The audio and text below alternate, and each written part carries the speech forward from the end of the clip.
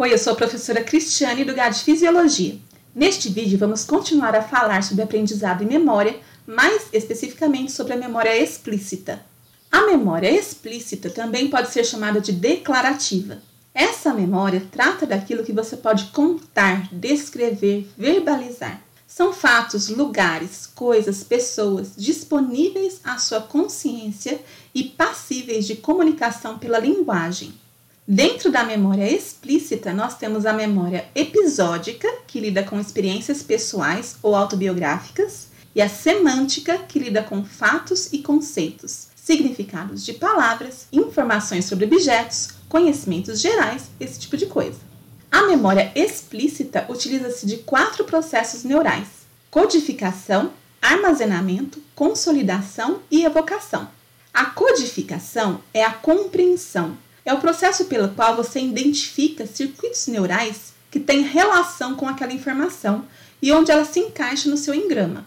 A codificação depende não somente da compreensão, mas sofre interferência de motivação, de nível de atenção e de intenção de memorizar. Quando você assiste uma aula ou lê um capítulo de livro passivamente e fica só entendendo tudo o que lhe é falado ou mostrado, é diferente de quando você pergunta por que aquilo é daquela forma, quais as consequências desse processo, em que contexto aquilo lhe será útil, etc. Quando você se dedica à codificação dessa forma intensa, o que é chamado de codificação profunda, a próxima fase, que é de armazenamento, é facilitada. Então, olha a dica: se você assiste a uma aula e compreendeu tudo que o professor falou, você ainda não aprendeu. Foi apenas o primeiro passo no processo de aprendizagem. Você assistiu passivamente e não criticamente, talvez. Se você fez isso, foi ainda mais superficial. Tem muito trabalho ainda para conseguir chegar a completar o processo. Então, aqui o esforço é essencial. Para a gente conseguir codificar, usamos a memória de trabalho, que é limitada e passageira. Pense assim: se você vai numa aula sem ter estudado antes e o professor te informa, como eu fiz no início dessa aula, o significado de novos termos, aquilo ainda não é memória sua, apenas uma informação que você pode manter em mente para usar enquanto vai codificando tudo o que lhe é dito. Essas informações demandam circuitos, demandam espaço, no que chamamos de memória de trabalho, que é como se fosse a sua memória RAM. É o espaço para você colocar informações em uso durante o processamento dessas informações. Nós lidamos com até 7 ou 9 dados por momento. Então, pensa que você tem que entender que o engrama tem que ser modificado para que você possa consolidar uma memória, mas ao mesmo tempo tem que lembrar o que significa engrama, o que significa memória, o que significa consolidação, o que você tinha planejado fazer depois de assistir o vídeo e assim por diante. Na sala de aulas, você faz isso sem poder pausar o professor toda vez que sente vontade. Prestar atenção no que ele está dizendo, fazer suas anotações e ainda dar uma verificada se alguém curtiu a foto que você colocou nas redes sociais. Complicado, né? O processo de armazenamento é aquele que modifica o engrama para encaixar essa nova informação na sua mente. E quando aquela informação deixa de ser do professor, do livro, do site ou do colega, é que ela passa a ser sua realmente, pelo menos temporariamente, até que você armazene ou que essa memória seja consolidada. A gente esquece com muito mais facilidade do que imagina. Por isso você tem que ficar forçando a se lembrar e pensar sobre essas coisas com frequência, a fim de informar para o seu sistema nervoso de que aquilo deve permanecer. Se você dedica atenção e esforço para aprender algo, você já está informando isso para os seus circuitos mnemônicos. Se você gostar da matéria, melhor ainda. Essa é a cereja do bolo, que vai fazer você aprender muito mais, porque terá motivação pessoal para aprender aquilo. Seu encéfalo como um todo é usado para a codificação, mas o armazenamento temporário depende especificamente do hipocampo, uma pequena área do lobo temporal medial que trabalha junto com o córtex pré-frontal para usar as suas informações enquanto elas são necessárias e determinar se elas devem ser armazenadas. O hipocampo trabalha com várias áreas neocorticais para que o armazenamento seja consolidado. Então, as memórias que permanecem não ficam armazenadas no hipocampo, elas ficam armazenadas nos córtices associativos. mas elas dependem do hipocampo para passarem de memórias de curto prazo para memórias de longo prazo. Por fim, a evocação é o lembrar, é o processo de identificar a informação que se deseja e se procurar essa informação na circuitaria certa para colocá-la em uso na sua memória de trabalho. São os córtices pré-frontal e temporal também que cuidam de encontrar as memórias que foram armazenadas nos córtices associativos. Pensa assim, é como se o córtex pré-frontal fosse o chefe, o lobo temporal medial, incluindo o hipocampo, o secretário, e os outros córtices associativos seriam onde as informações estão armazenadas. Chefe e secretário observam as fichas de informação e decidem se elas devem ser armazenadas ou jogadas fora depois de usadas. Se elas forem armazenadas, decidem onde elas se encaixam. Então, o secretário guarda essas fichas nas gavetas. Quando o chefe decide que precisa das informações, ele e o secretário buscam as fichas nas gavetas e usam aquelas informações. Só que tem um probleminha. Às vezes, eles sabem que guardaram uma informação, mas não conseguem achar de jeito nenhum. Achar as informações depende de memória implícita e pode ter faltado prática para buscar organizar aquilo. Quanto maior a frequência com que uma informação é buscada, mais fácil é para o secretário encontrá-las. Disso tudo, a gente tira algumas aplicações práticas que podem fazer diferença para o seu dia a dia como estudante. Primeiro, você ainda não sabe alguma coisa porque assistiu a aula e leu o livro e entendeu tudo. Aquilo foi apenas codificado. É preciso fazer um esforço consciente no sentido de transferir aquele conhecimento para o seu sistema nervoso. O conhecimento é todo seu a partir do momento que você consegue gerar a informação, sem consulta. Para adquirir aquele conhecimento, duas maneiras são reconhecidamente mais eficazes: ensinar e treinar. Para isso, você deve explicar, verbalizar, escrever ou algo parecido aquela informação com suas próprias palavras, sem consultar ou copiar de outros lugares. Por isso, professores sabem tanto, eles usam isso o tempo todo. Outra coisa é resolver exercícios. Exercícios nos ajudam a pensar sobre as informações e a gerar respostas. Então, estaremos fazendo codificação profunda, armazenamento e evocação. Uma técnica que funciona super bem nesse sentido são grupos de estudo. Nesses grupos, todos os estudantes estudam toda a matéria, mas cada um fica responsável por fazer questões sobre uma parte da matéria. Depois, os estudantes trocam questões e todos respondem às questões de todos, verificam o que sabem, percebem o que haviam apenas codificado e precisa de mais esforço para armazenamento, e as dúvidas surgem.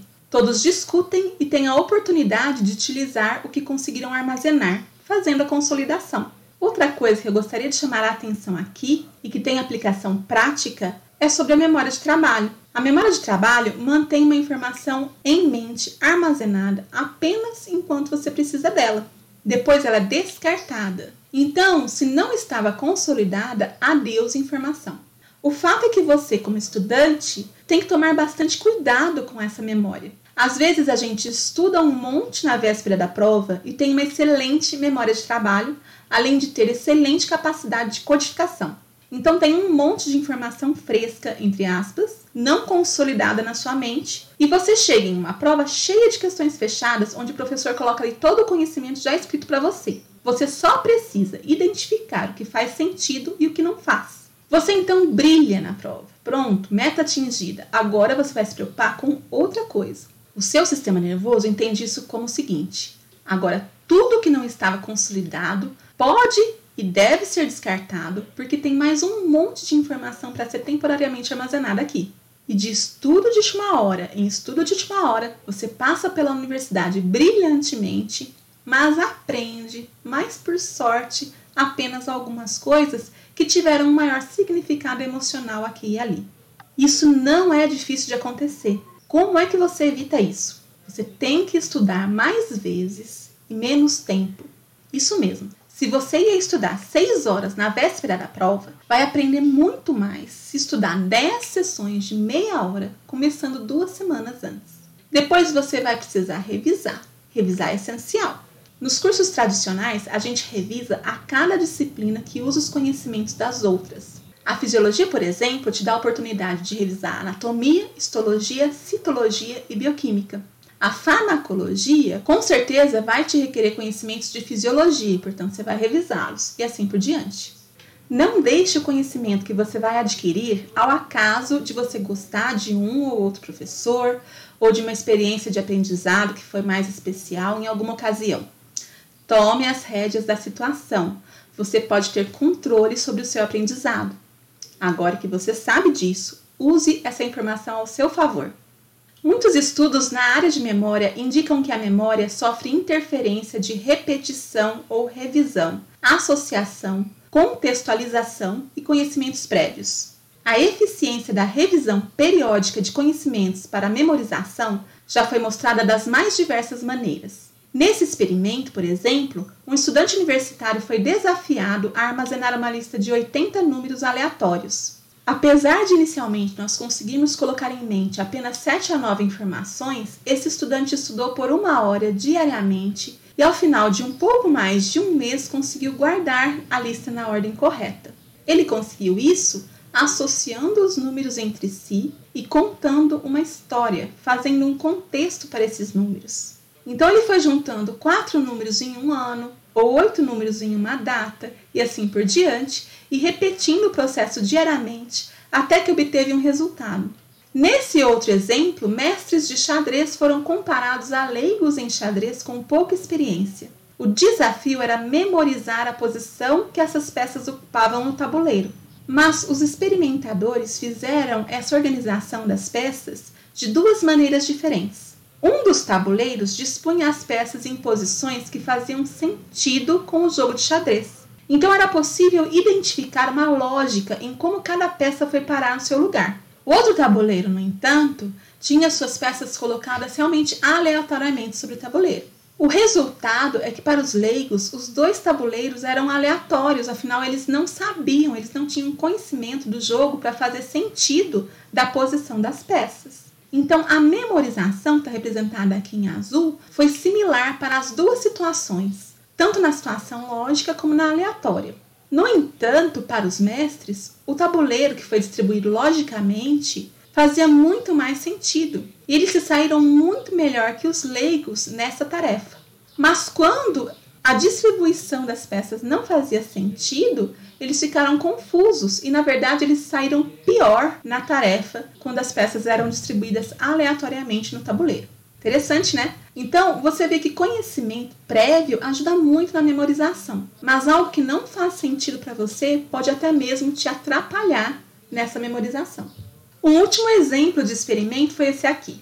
Os voluntários teriam que olhar fotos onde eram apresentados aleatoriamente objetos e alimentos, e eles teriam que identificar as imagens armazenadas posteriormente. Só que os experimentadores deixaram metade dos voluntários em jejum, enquanto esperavam as imagens serem projetadas, enquanto a outra metade teve alimentos servidos antes das fotos serem apresentadas. Como resultado, a gente olha aqui, vermelho, grupo de fotos de alimento, e em azul, grupo de fotos de não alimento. E aqui a gente tem, nesse conjunto de dados, os indivíduos saciados e aqui os jejuados. Então, como resultado, o grupo alimentado guardou uma parcela de todas as fotos, não importando se eram alimento ou não. Já o grupo com fome se lembrou muito mais das fotos de alimento do que do resto.